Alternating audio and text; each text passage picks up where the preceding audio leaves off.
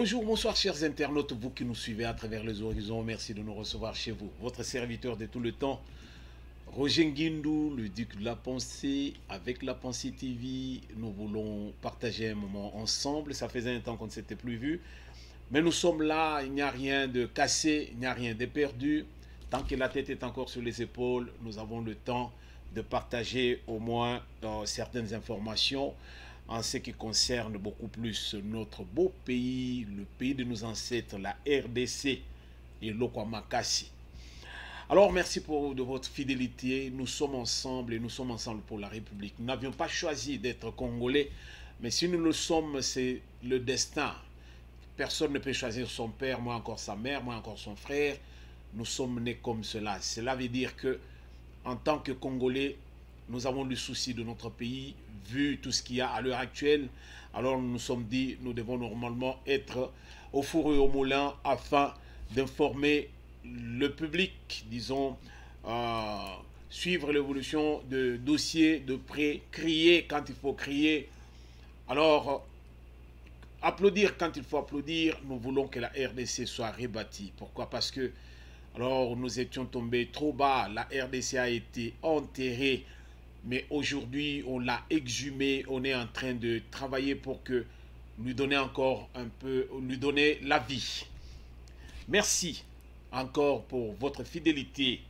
Nous sommes ensemble, nous allons passer un moment agréable. Alors, comme le titre l'indique, peut-on parler de l'opposition en RDC?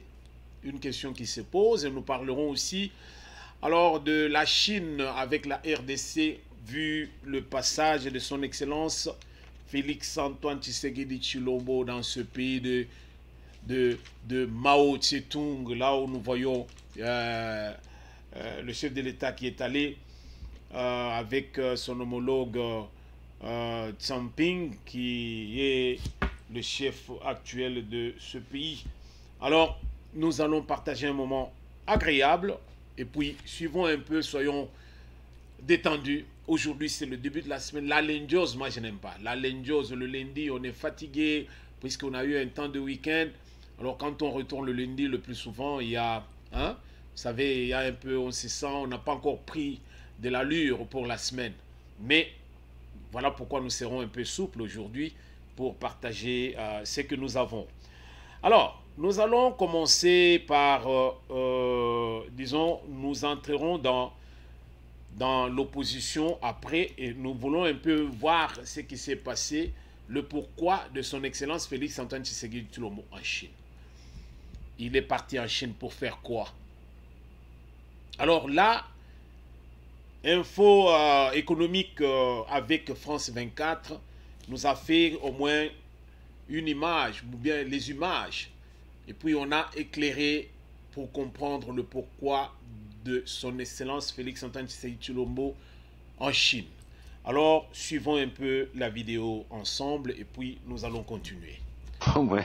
Bonjour Christophe. Bonjour Damien. On va parler ensemble du président de République démocratique du Congo. Il est arrivé dans la nuit à Pékin pour une visite de 4 jours. Tshisekedi, il va officiellement là-bas pour redynamiser les relations entre les deux pays, mais en réalité, c'est surtout pour renégocier un contrat qui avait été baptisé à l'époque le contrat du siècle. Oui, Félix Tshisekedi est effectivement arrivé dans la nuit à Pékin, accueilli entre autres par le ministre des Affaires étrangères chinois. Il rencontrera demain, vendredi, Xi Jinping et s'il compte également se rendre à Shenzhen et à Shanghai, rencontrer des entreprises, entre autres. Le vrai objectif, c'est de renégocier ce fameux contrat du siècle qui apparaît aujourd'hui très avantageux pour la RDC. On voit donc cette arrivée de Tshisekedi avec le ministre des Affaires étrangères chinois. Bon, Christophe, c'est quoi ce contrat du siècle? C'est un contrat qui avait été conclu en 2008 sous la présidence du prédécesseur de Tshisekedi, Joseph Kabila. L'idée, c'était quasiment de faire du troc, des investissements massifs chinois en RDC, plus de 6 milliards de dollars pour construire des infrastructures, des routes, des écoles, des barrages électriques, en échange de minerais, en particulier de cobalt ou de cuivre. Il faut savoir que les sous-sols de RDC sont parmi les plus riches du monde pour ces minerais, qui sont aujourd'hui essentiels pour les batteries de voitures électriques, Je parle du cobalt ou encore les semi-conducteurs, ça c'est plutôt pour le cuivre. Une co-entreprise baptisée Sicomine avait été créée à l'époque, dont la Chine avait toutefois la majorité des parts. Il s'agissait du plus gros contrat jamais conclu par la Chine en Afrique. Le FMI avait averti la RDC sur un certain nombre de risques. Il a même obligé les deux parties à revoir les termes un petit peu à la baisse, passant de 9 milliards à 6 milliards de dollars. On est donc 15 ans plus tard, après la signature de ce contrat, et il s'avère donc déséquilibré. Ce sont en tout cas les conclusions d'un rapport de l'inspection des finances congolaises, publié au mois de mars, un rapport accablant. Selon ce rapport, la Chine n'a d'abord pas honoré la plupart de ses engagements, sur plus de 3 milliards de dollars qui devaient servir aux infrastructures. Eh bien, seul un peu moins de 1 milliard ont été effectivement réalisés. Aucune trace, par exemple, des 5000 logements sociaux promis, ni des hôpitaux, ni des 2 barrages hydroélectriques, des universités ou encore des aéroports. Quant aux routes bitumées, sur 5000 kilomètres promis, un peu plus de 500 kilomètres. Sur 3600, pardon, je cherchais le chiffre, kilomètres promis, 500 ont effectivement seulement été réalisés. Et quand ils ont été réalisés, ils ont été souvent largement surfacturés, parfois des factures multipliées par 5. La Chine, elle, en revanche, aurait tiré de très larges bénéfices de ce contrat, plus de 10 milliards de dollars. Il faut dire que l'accord aurait également sous-évalué les ressources minières de la RDC, bien plus importantes qu'estimées. Alors, toutes ces accusations, la Chine les rejette en bloc et elle continue de parler d'un accord gagnant-gagnant. Et justement, cet accord gagnant-gagnant selon la Chine, Félix Tshisekedi est donc venu le renégocier aujourd'hui. Oui, selon l'agence Reuters, la République démocratique du Congo souhaite aujourd'hui d'abord inverser l'équilibre dans cette co-entreprise minière qu'on appelle Sicomine. Donc, aujourd'hui, la Chine avait 68%. Et bien, l'idée, c'est de passer maintenant à 30% et donc 70% pour la RDC. Par ailleurs, la RDC demande une enveloppe 2 fois plus importante pour les infrastructures, pour les travaux d'infrastructures. Aujourd'hui, la quasi-totalité des minerais congolais partent en direction de la Chine. On voit 80%, c'est très important, à des prix qui sont souvent qualifiés de dérisoires par la RDC. Kinshasa voudrait se faire indemniser pour ces pertes. Il y a quelques semaines, au moment de remettre son rapport, le patron de cette inspection générale des finances congolaises n'avait pas hésité à qualifier ce contrat du siècle de colonisation économique. Pas sûr que Félix Tshisekedi ose reprendre ces termes devant Xi Jinping qu'il rencontrera donc demain. Mais toujours selon Reuters, les vraies négociations avec la Chine ne débuteront qu'une fois que Félix Tshisekedi sera rentré au pays. Merci beaucoup Christophe pour cette info écho. Merci Bandeko Balandi. Binomoko Bolandi analyse au Basaleli Bissona Bandeko ya France 24. Et nous avons compris au moins ce qui s'est passé, ce qu'a été la RDC autrefois. Voilà combien le pays a été arnaqué par la Chine. Arnaqué par la Chine, mais au profit du régime de Kabila, parce que ce sont les dignitaires de Kabila qui avaient signé ce contrat avec la Chine. Mais là où la RDC n'a pas reçu gain de cause, alors il n'y avait que la Chine qui nous avait alors exploité à fond. Pourquoi? Parce qu'il avait trouvé qu'il y avait des gens qui étaient facilement manipulables, facilement corruptibles et tout. Alors un contrat qui était mal négocié, et voilà ce que nous avons reçu. Alors le mal était dans notre camp, mais à cause du régime des gens qui n'avaient pas vraiment le souci pour la République. Alors félicitations à l'IGF qui a donné une opportunité. Alors à la RDC de revoir les clauses du dit contrat avec la Chine. Donc la RDC est aujourd'hui dans ses droits de pouvoir revoir les clauses du contrat conclu avec la Chine et de récupérer ce qui lui est dû normalement. La Chine doit aujourd'hui à la RDC Et ça a été fait dans le sens que les deux parties se sont entendues. Les deux parties se sont entendues. Alors, qu'est-ce qui s'est réellement passé? Donc, nous avons trouvé qu'en Chine aussi, il y a eu la communauté congolaise qui a voulu voir le chef de l'État et il les a rassurés en les éclairant en ceci, en disant que il veut qu'il puisse avoir partenariat gouvernement-gouvernement et non pas faire les choses comme par le passé. Puisque dans le passé, Kabila avait négocié avec les particuliers. Ce n'était pas le gouvernement congolais qui était engagé dans l'affaire. Et ce n'était pas non plus le gouvernement chinois. C'était Kabila avec ses hommes ainsi que les particuliers chinois qui avaient signé ce contrat. Voilà pourquoi il y avait beaucoup d'ambiguïté là-dedans. Mais aujourd'hui, Félix dit ceci. Il dit que je suis venu conclure un contrat gouvernement à gouvernement parce que la Chine doit s'impliquer elle-même. La Chine doit s'impliquer. Donc, État, la RDC, Tshisekedi peut ne pas être au pouvoir, peut ne pas encore continuer avec la RDC, mais ceux qui vont reprendre disons les commandes, ils vont trouver qu'il y a un contrat qui a été conçu pour que la RDC puisse travailler de gouvernement à gouvernement, c'est-à-dire la RDC va travailler avec la Chine et non pas des particuliers chinois avec des particuliers congolais dans cette affaire de contrat sur les mines en RDC. Donc ça, c'est vraiment une bonne chose et nous saluons vraiment cette volonté de la Chine de revoir les choses, puisqu'il y a eu pression en RDC et la Chine était sur le point de pouvoir au moins entrer ou bien retourner sur la table de négociation et voir les choses d'une façon beaucoup plus claire.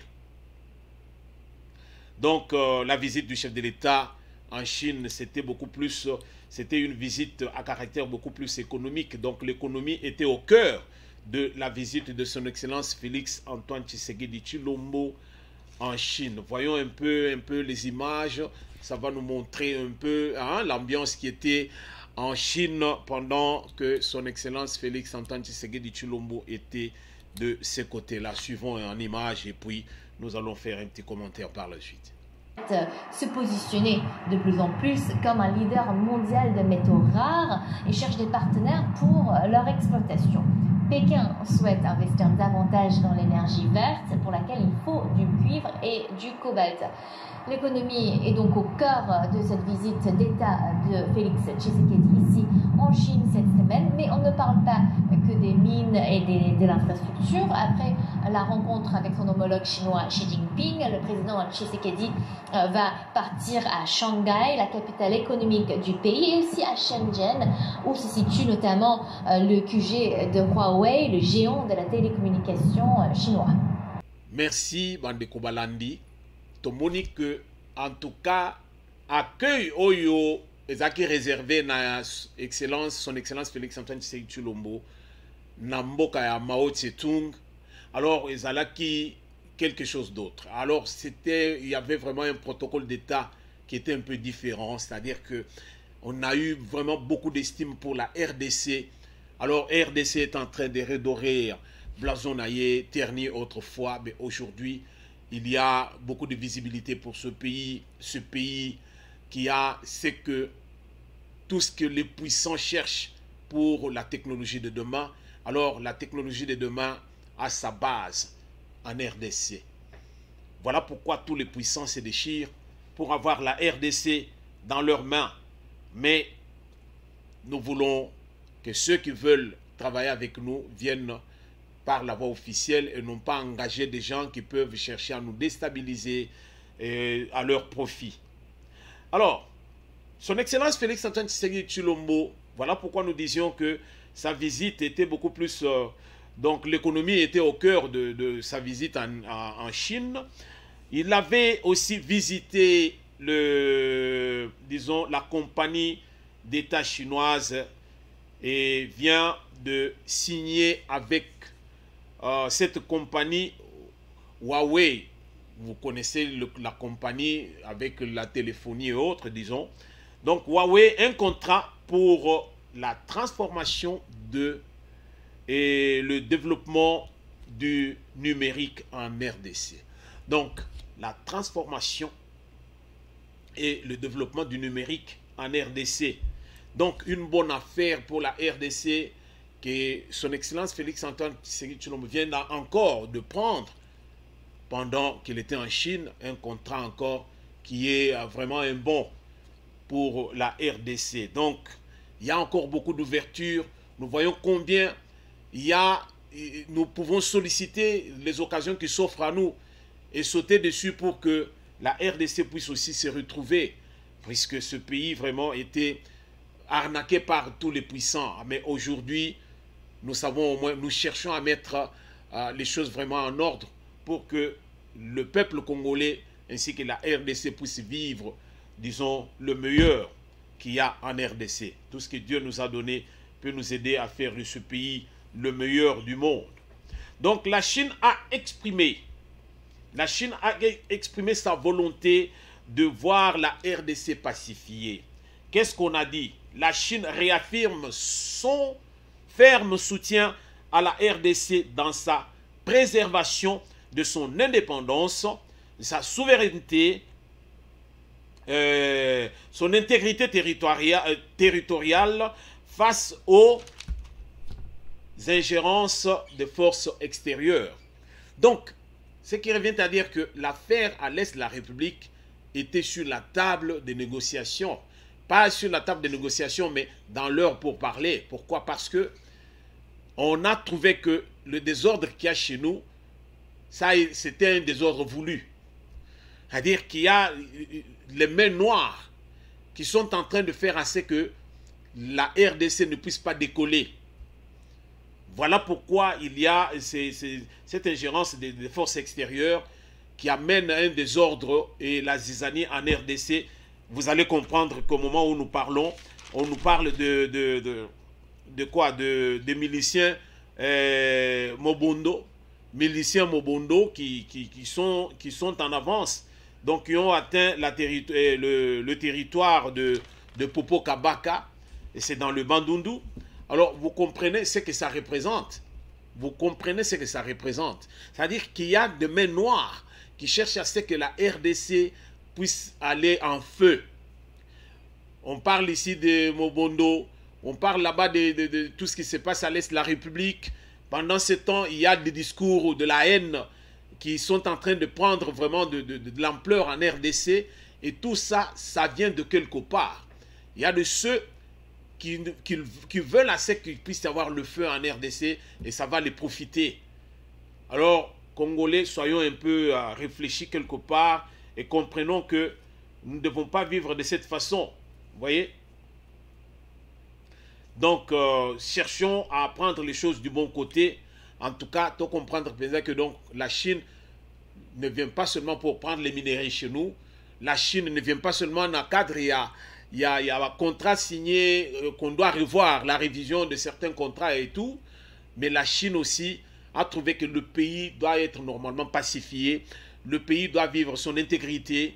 Alors, la Chine veut nous soutenir pour que nous puissions aller de l'avant face à l'ingérence extérieure qui fait qu'il puisse y avoir une instabilité totale dans notre pays. Voilà au moins une bonne nouvelle pour ce beau pays, la RDC Mboka, ya Bakoko.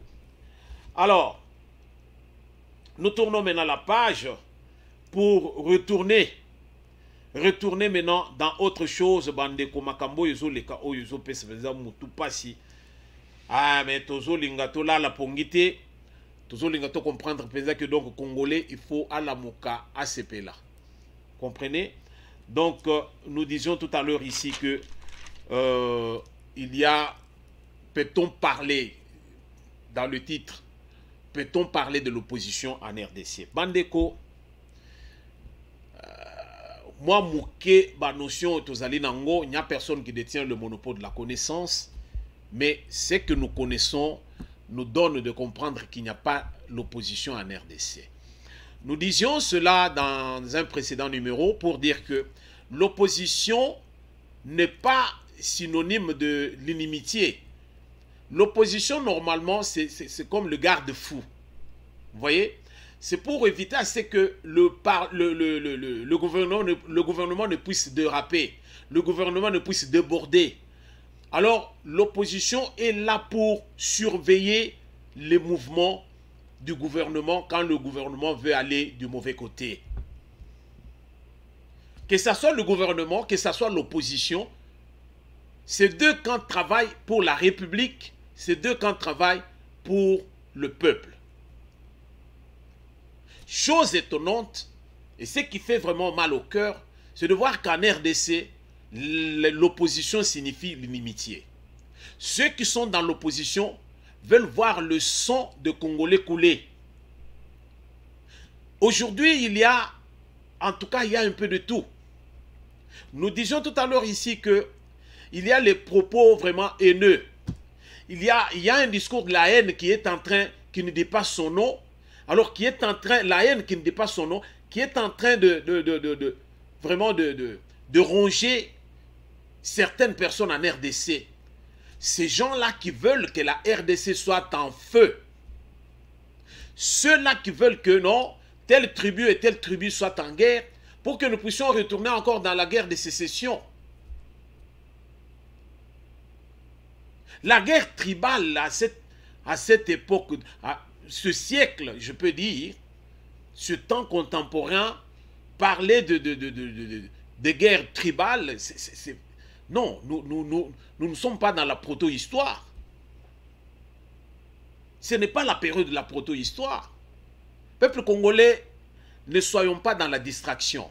Il y a certains acteurs politiques qui ne voient que leurs intérêts, qui ignorent la population, mais qui sont des grands flatteurs, qui amènent toujours des discours à pouvoir, des discours juste pour amadouer, juste pour jouer, se moquer du peuple congolais, mais à leur profit. Aujourd'hui, ils vont vous parler de comment ils vont mieux faire en RDC, pour faire de la RDC un beau pays, là où les gens n'auront pas faim, les gens n'auront pas ceci, les gens n'auront pas cela. Nous voyons cela avec l'opposition actuelle. Là où les gens ont marché, mais ils ont marché pour quelle raison? Ils sont allés marcher pour demander à ce que la CENI, on puisse revoir la CENI, qu'on puisse revoir la loi électorale, qu'on puisse revoir la Cour constitutionnelle. Donc tout ce qu'il y a en RDC là, pour eux, ça ne dit rien. Ça nous a pris combien de temps pour que le bureau de la CENI soit installé? Ça nous a pris combien de temps? Ça nous a pris combien de temps? Mais aujourd'hui, les bourreaux d'hier, ce sont ces gens-là qui sont dans la rue pour réclamer à ce que on puisse revoir tout en RDC. La vie est chère, il n'y a rien à manger, les dollars sont en train de grimper, ainsi de suite, blablabla, bla, bla, bla, tout ce qu'on peut nous raconter dans la rue. Et il y a de ceux qui sont sérieux dans cette affaire et qui sont en train de suivre ces soi-disant politiciens. Et ça me ronge, moi, personnellement. Je ne sais pas, à moins que je ne vois pas les choses du bon côté. Ah, évitons de parler du bon côté de l'histoire. Hein. Moi, je parle des choses du bon côté dans le sens propre des choses. Nous voyons les choses objectivement. Est-ce que je suis à côté de la plaque ou bien je réclame une chose qui est réelle et qui est vérifiable?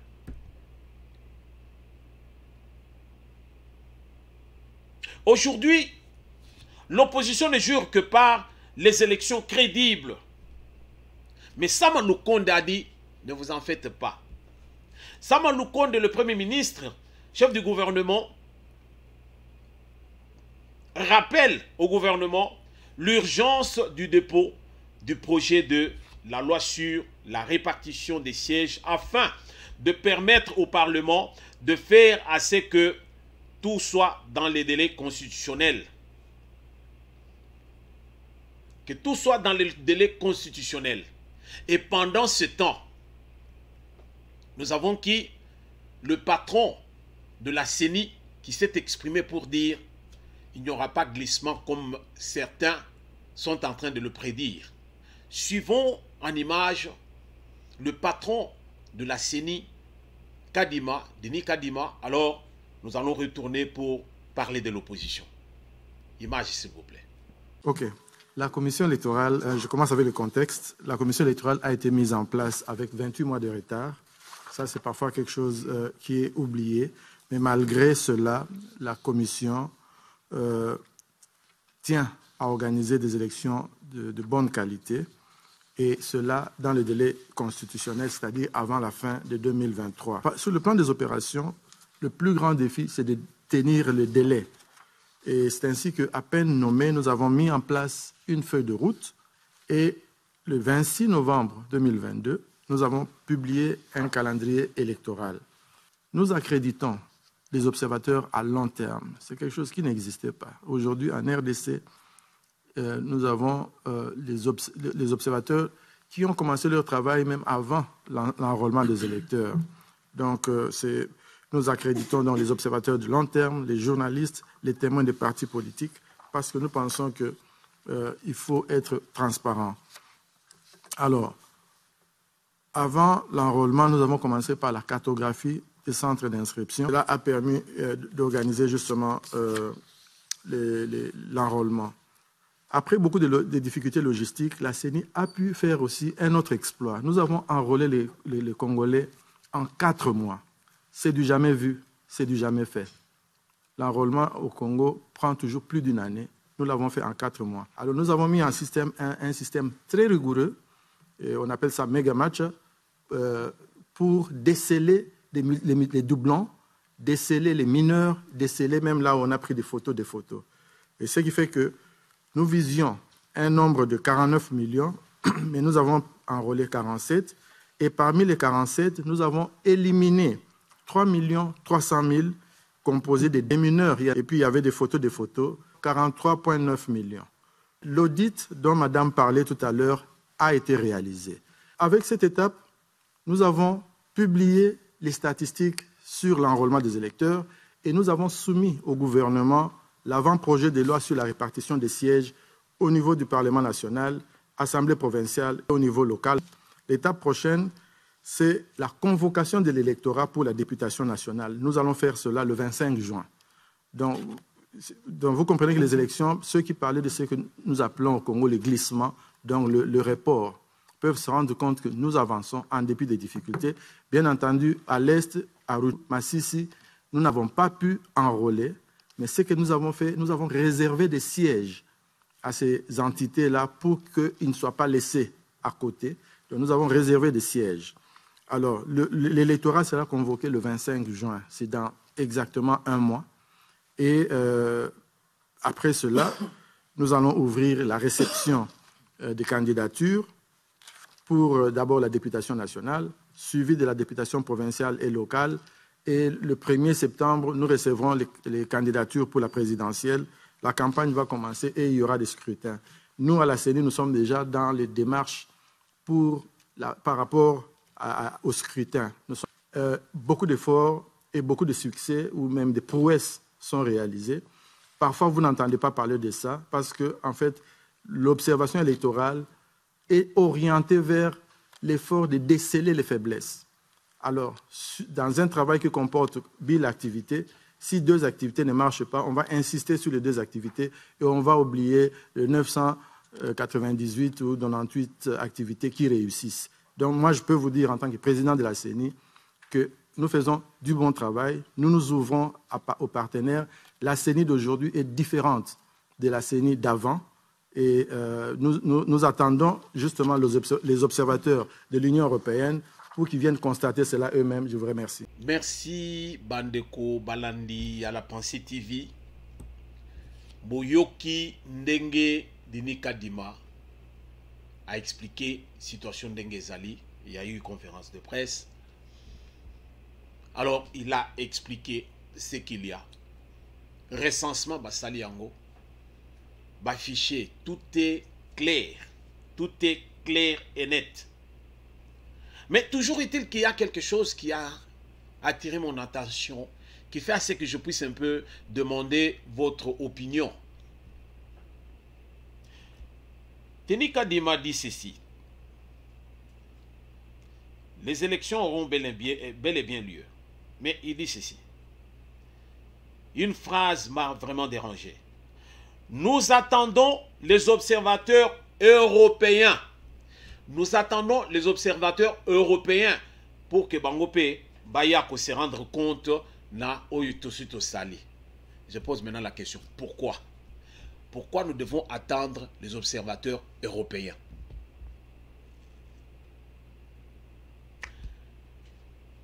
Je veux que nous puissions un peu réfléchir. Félix Antoine Tshisekedi Tshilombo a dit à Macron, Makamonabino a paternité wana tolinga on les sous-souté. Quand nous voulons faire quelque chose, vous devez être là pour nous coiffer. C'est-à-dire, c'est vous qui allez nous bénir pour que ceci soit, ou bien ceci ne soit pas. Nous devons travailler d'égal à égal et travailler comme des partenaires. Quand il y a... Je veux que l'Africain puisse un peu réfléchir quelque part. L'Africain en général, le Congolais en particulier. Combien de fois il y a eu les élections? Quand il y a eu les élections, par exemple, disons, combien d'observateurs africains ou américains sont allés couvrir et vérifier un quelconque dossier électoral dans un pays européen? Observateurs africains, américains, ils sont allés en Europe quand il y a eu élection, que ce soit en France ou ailleurs. Alors ils sont partis juste pour qu'ils soient observateurs, qu'ils puissent vérifier les fichiers et tout ça. On a déjà vu ça où? Les élections présidentielles aux États-Unis ici. Joe Biden et Donald Trump. Mais Donald Trump a fait la différence. Mais vous avez vu comment les choses se sont passées. C'est que mon opinion, et c'est que moi j'ai vérifié moi-même, c'est Donald Trump qui était gagnant. Ah, ça c'est moi qui le dis, ce sont mes propos, ça n'engage que moi. Mais on a donné à ce papy, Joe Biden, la place. Mais, vous voyez ce que ça a créé. Ça a pris combien de temps pour que Joe Biden puisse... Excusez-moi. Ça a pris combien de temps pour que Joe Biden puisse entrer à la Maison Blanche? Le locataire qui était là, Donald Trump, il était là, il était sûr de lui. Mais ça a pris du temps pour que Joe Biden puisse aussi venir là comme locataire de la Maison Blanche. Mais on n'a pas vu les observateurs africains dans les élections américaines. Mais quand il s'agit de l'Afrique, pour qu'on puisse publier les résultats des élections de 2018, quand bien même il y a Fayoulou qui est en train de dire on m'avait arraché, disons, mon pouvoir, son pouvoir à lui. Non pas le pouvoir du peuple. On a vu Paul Kagame faire la ronde de l'Occident et faire la ronde de l'Afrique juste pour étouffer tout ce qui a été fait parce que le candidat qui était favori à ces élections n'était pas de leur obédience, il n'était pas dans leur agenda. Voilà pourquoi il y a eu, les gens ont été secoués. Alors, comme Paul Kagame, c'est lui qui gérait vraiment la RDC, il a trouvé que non, avec cet homme de Tshisekedi qui vient, alors je ne sais pas ce que ça va donner. J'ai besoin de quelqu'un avec qui je peux accomplir le plan de l'Occident pour la balkanisation de la RDC.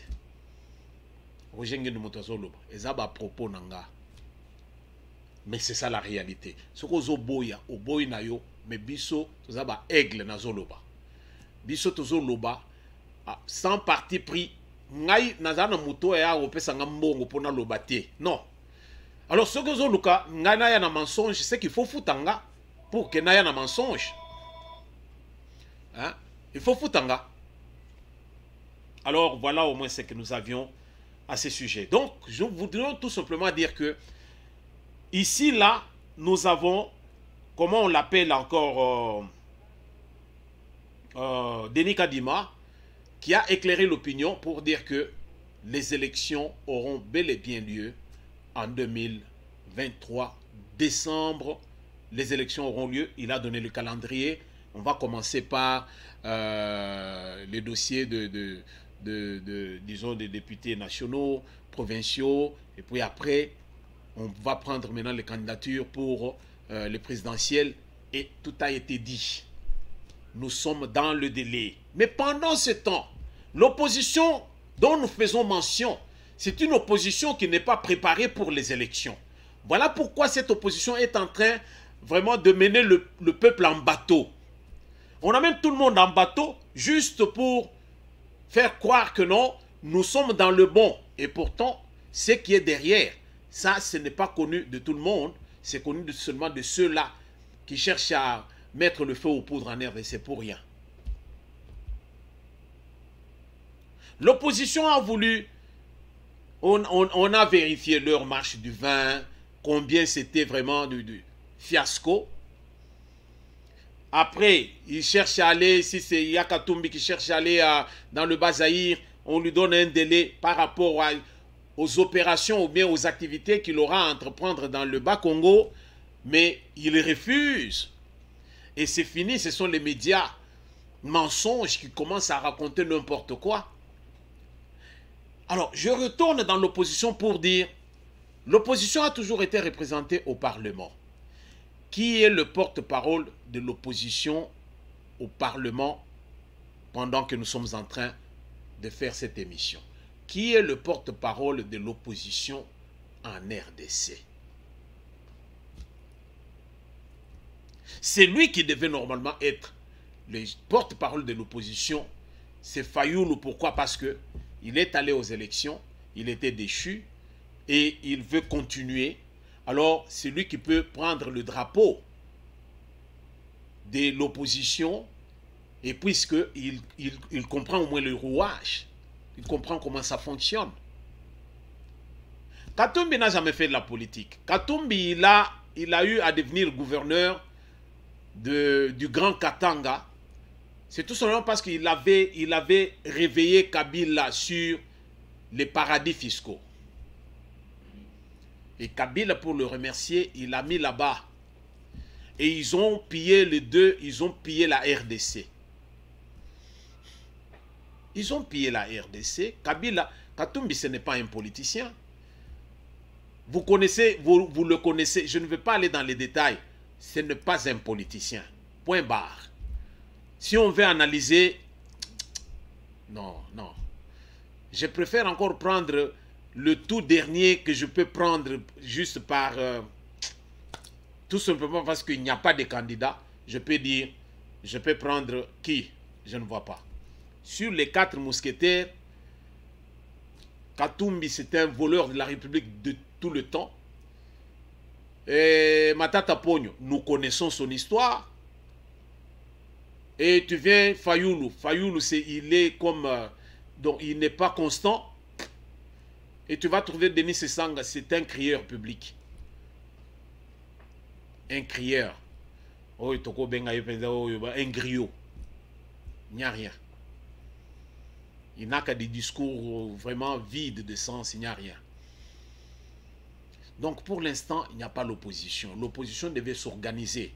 L'opposition devait s'organiser, se constituer un bloc qui travaille par rapport à ce qui s'est fait dans le gouvernement, par rapport à ce qui est fait par le gouvernement. Mais nous trouvons que l'opposition, ce n'est pas une opposition qui va dans ce sens. Mais nous avons une opposition de la barbarie. Une opposition des gens qui viennent dans la rue, juste pour distraire la population et créer des animosités. Et aujourd'hui, l'opposition est en train de faire véhiculer la haine contre le tribu Luba en RDC. Alors, vous trouverez que c'est déplorable. L'opposition a des milices partout. Quand on nous parle de Mobondo ici, ça c'est l'opposition. Vous pensez que c'est quoi? Quand nous allons à l'est de la République, tout ce qui se vit là-bas, ça c'est l'opposition. Vous pensez que c'est quoi? Peuple congolais, nous en appelons à la conscience collective. Nous voulons être conscients. Réveillons-nous. Ne nous laissons pas berner par les discours de ces soi-disant politiciens, mais qui ne le sont pas du tout, qui sont en train de chercher par contre à nuire à la République et à nuire à la population congolaise. Voyons les choses du bon côté. Apprécions ce qui est appréciable et ce qui est vérifiable. Et allons derrière celui qui peut nous donner encore de l'espoir en RDC. Celui que vous allez trouver qui est capable de mieux faire. Je ne viens pas ici faire le discours pour dire Tshisekedi a fait ceci, Tshisekedi a fait cela. Il a fait beaucoup de choses, mais que je ne saurais énumérer. Mais tout un chacun est conscient de ce que nous vivons en RDC et c'est le moment de savoir et ce que nous et ce que nous Merci de nous avoir suivis. Alors, nous allons poser à moko na moko pour que tout le monde ndenge nini mboka na biso ezokende liboso. Lelo, la révision de contrat avec la Chine. Lelo, nous avons compagnie Huawei qui a signé maintenant avec la RDC. Nous sommes en train de voir que Biloko ezokende malembe ba compagnie en attendant que pas na biso. Ils allaient déjà création d'emplois. Avoir tout signé les sous avec les Chinois. Pour revoir contrat. Nous ne savons pas comment maintenant les choses vont se passer dans les jours à venir. Alors tout ça là, nous sommes en train de faire assez que la RDC puisse se redorer blasonailler. Mais évitons de suivre tous ces gens, tous ces charlatans politiciens là. Non, il n'y a rien. Il n'y a rien. Soyons de ceux qui voient les choses vraiment d'une façon beaucoup plus objective. De cette façon-là, nous pouvons bâtir notre pays. Ne soyons pas de ceux qui sont beaucoup plus dans les sensations, ceux qui sont hein, vous voyez, qui agissent avec le cœur au lieu d'agir avec le cerveau. Bonne semaine, la semaine vient de commencer, alors nous espérons que semaine autorisée, ma solo a bien à Kitoko. Prendre conscience. Tout ça, le dernier virage, les élections c'est pour bientôt. Alors nous devons voir les choses n'engezali. Tolanda ba t-shirt te, tolanda ba $20 te. Non. Tolanda ba tuna balabala te ke oh non, abotola kanga pouvoir nanga ngonga yangoyo yonde ko fayulu. Babotola ka yo pouvoir. Ulobi ke Tshisekedi abotola ki pouvoir. Atruka ki nini parce que yazaki na mbongo te. Na kanda binonde zaki mbongo parce que Katumbi était avec vous. Et binonde bozaki na mbongo. Mais Tshisekedi azaki na mbongo te na groupe na ye. Mais c'est Tshisekedi qui a pris le pouvoir. Alors, c'est le moment maintenant où prouver que non. Alors, Ozali, le meilleur en RDC, fait bas campagne comme il faut. Alors, arrache. Mais Bino Anabo Sangani, Denis Sangao Bonabo. Maintenant, qui va venir? Comme un monstre à plusieurs têtes. Alors, nous ne voyons pas, donc, Moutouni Nyo Tokosoa. Donc, les armes trop. Merci de nous avoir suivis. Tokotane Malasima.